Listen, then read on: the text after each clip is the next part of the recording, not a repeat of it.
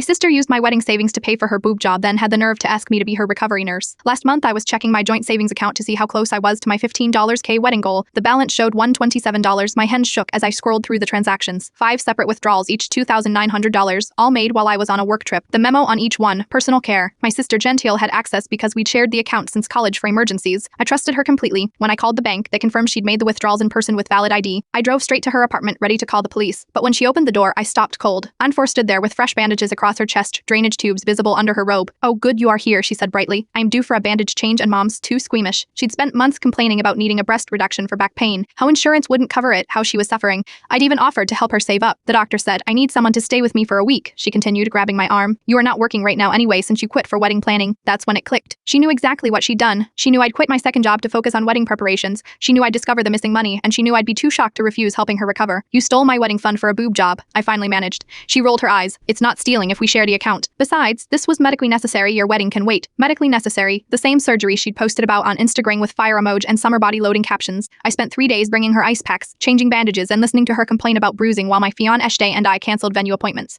She never once apologized. Instead, she critiqued my engagement ring and suggested I should be grateful. She'd helped me realize a big wedding was wasteful on day 4 while she was sleeping off pain meds. I did something petty. I took photos of all her medical documents, the surgical notes clearly marking it as elective cosmetic surgery, and her Instagram posts planning the procedure. Then I sent everything to our family group chat with one message: "Since Anfor thinks family should support medical necessities, I am sure you'll all help cover her $15K elective surgery that she funded with my wedding savings." Her phone exploded with notifications. Our mom called immediately, furious. Our cousins started commenting on her Instagram, calling her out. The aunt who'd promised to help with her student loans withdrew her offer. Jenna tried to kick me out, but she couldn't even lift her arms yet. She screamed that I was ruining her life over money. But it wasn't about money. It was about her stealing my dreams and expecting me to literally nurse her through the recovery. She's blocked me everywhere now. Still hasn't returned the money. But last week, her ex-boyfriend's new girlfriend messaged me. Heard out Umtai had convinced him to pay for her aftercare appointments, claiming her family abandoned her during surgery. Some people never change. They just find new accounts.